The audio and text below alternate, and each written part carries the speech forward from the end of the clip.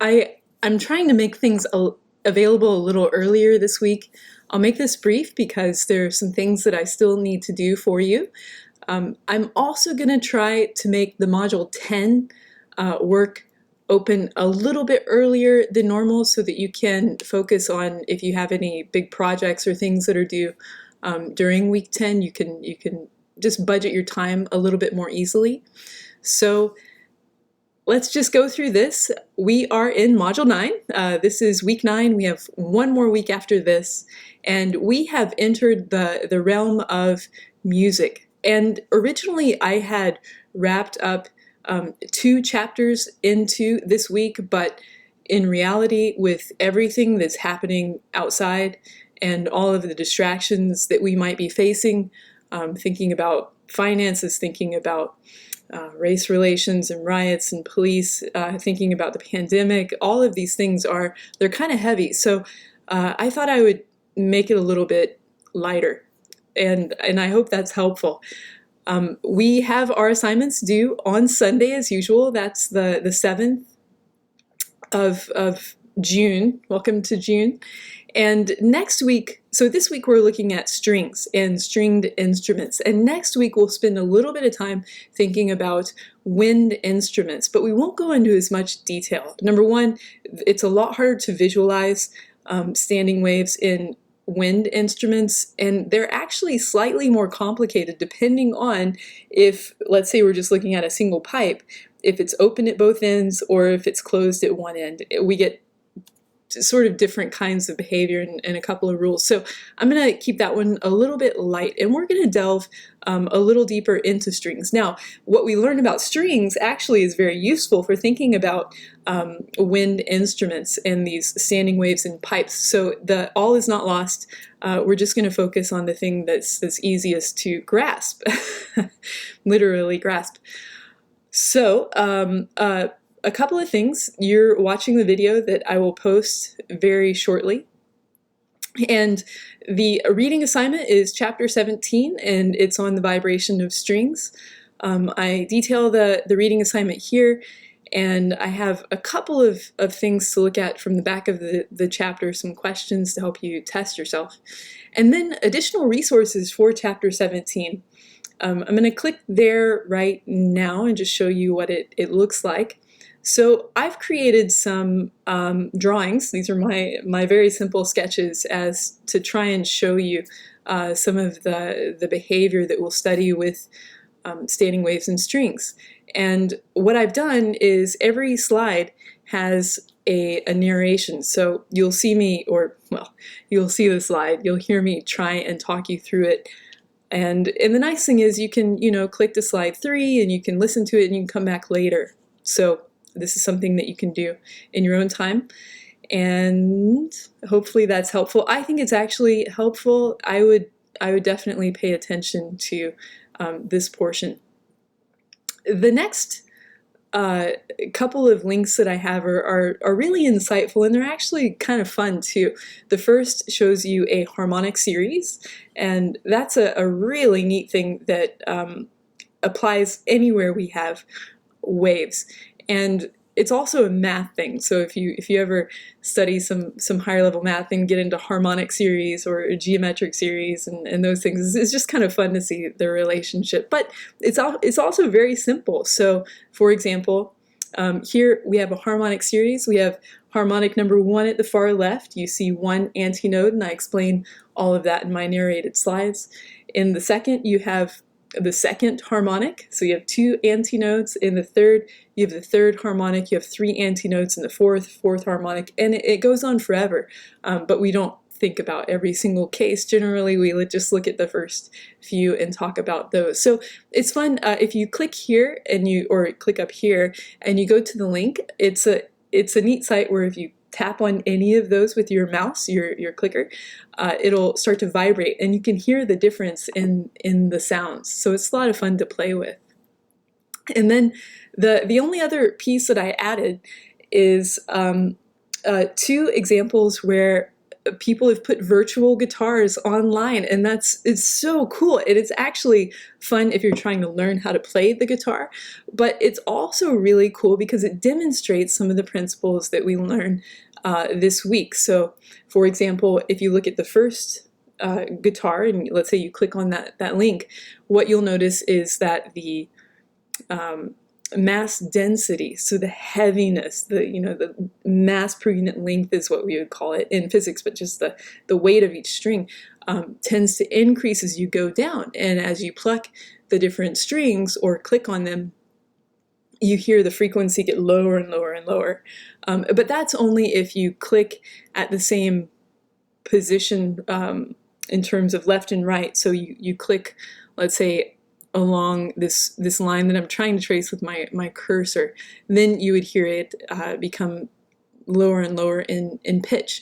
And actually, when you go to this site and you click on any of the strings, where you click is not where you strum, it's actually where you hold the string down and you're strumming further down, further along the body. So you're actually, by holding the string down, you're changing the effective length of the string that can vibrate. And that has an important implication on the sound that you hear. So it's really insightful. The things that you learn, you're actually going to see how actually they work on a guitar. I like the next guitar because you actually, it's the same sort of thing. You can't really see the thickness of the strings as well, increase as well as you can in this case.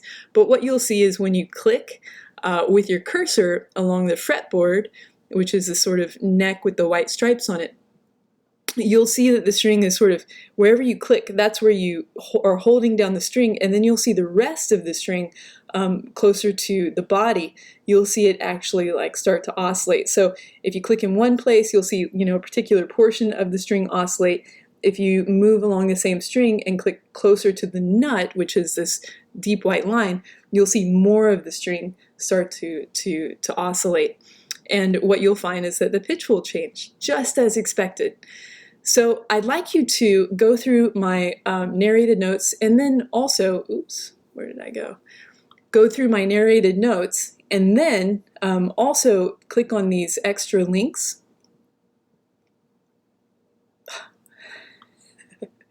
I'm going to keep going back to the same place. And tackle those things before you try to tackle the core assignment. So you have 2 core assignments, and I think they're pretty fun. I found an error, so I fixed that. But in the first, let me just go back here. In the first core assignment, what you're doing is you're using a simulation, and you find the relationship between the frequency and the harmonics of a standing wave. So I try and step you through the process of identifying a harmonic and then seeing how the harmonic is related to the frequency. And I give you a pretty simple example. The only tedious thing is when you try to change a variable, I ask you to change the frequency, I ask you to change the tension in the string. The slider, it's got this little circle, and it seems like you can't control it very well, but what you'll want to do is get it close to a value and then click really close to it, and it'll move the value up in smaller steps or down in smaller steps. So that's the only finicky thing about it. And then in the second core assignment, I step you through the concept of octaves, and by this time you will hopefully feel really comfortable with the concept of harmonics. And I ask you to identify a couple of octaves, and I define what they are. In the simulations, it doesn't hurt to do the reading first and do the notes, go through all of the notes before you tackle these, just so that you're more comfortable with the terminology. But I do try and define it along the way. The quiz I'll try and post by this evening so that you can go ahead and get started. And the very last thing to mention is that I added an extra credit assignment, and originally I was going to just keep it just to poems, but then I thought, this class is full of such creative people, and we're looking at so many different kinds of visual and auditory ways to display that creativity, why don't I just open it up? So you can post not only a poem, you can also post a song, but you have to actually like play the song. You can post a performance, but you actually have to act out the performance and submit a video. Or you could post a piece of artwork, and it could be something like a painting or a pastel or a drawing. It could also be something that you sculpt. It could be jewelry. I had one of the students early on submitted a photo of a piece of jewelry that they made that was really cool. So really here, I just want you to have fun, and the most important thing that I'll look for is a relationship to concepts in this class. So the work itself will have to touch on a concept that we learned in this class, and the instructions are given in the extra credit assignment. The other big piece about this is I don't want you to recycle anything that you created for a previous class or a previous work. I want it to be something that you made between, let's say, when this was first posted and the end, with the intent of satisfying the extra credit. So that's what we're doing this week, and I hope you're as excited as I am to tackle this material and to prepare for the final week of classes. Guys, hang in there. The world is insane right now, and it's making me a little irritable at times with just, I think I'm in a good place, and then I just say this thing, and I'm like, God, man, I'm really upset by the things that are happening out there. And so just take care of yourself to the best of your ability. For me, that means running, actually, do a lot of running. And it means talking to friends about my fears. And I've been doing that quite a bit, saying, hey, I'm scared about my job. I'm scared about the police. Like, who can I trust? I'm scared that someone outside will take my mask wearing the wrong way and I'll be hurt for it. I'm scared that people that are different from me, different religion, different gender, different color, different political stance will think that I'm an enemy, or that I think they're an enemy, and none of that's true, and it's really frustrating. So anyway, you can hear me talk about my fears. So too, I'm always here. I'm a non-judgmental ear. If you ever need to just like get something off your chest in the middle of the night because you can't sleep, write out an email and send it to me. It's totally fine. Now, I may post it to SOU Cares just to make sure that, it's part of my job. But it feels good to share that stuff. And we all have fears. We're all human. So anyway, guys, I'm really glad that you've hung in there with me, and we just have a couple more weeks to go. So I will look forward to talking more with you this week and next week. By the way, when you go through my narrated notes, I'm so embarrassed. It seems like every slide I start with the word so or okay, and I know I'm doing it now. Anyway, just one of those things to work on. I'll see you guys soon. Keep smiling. Know that everything will be all right. We just have to hang in there. Okay. All right, guys. See you soon.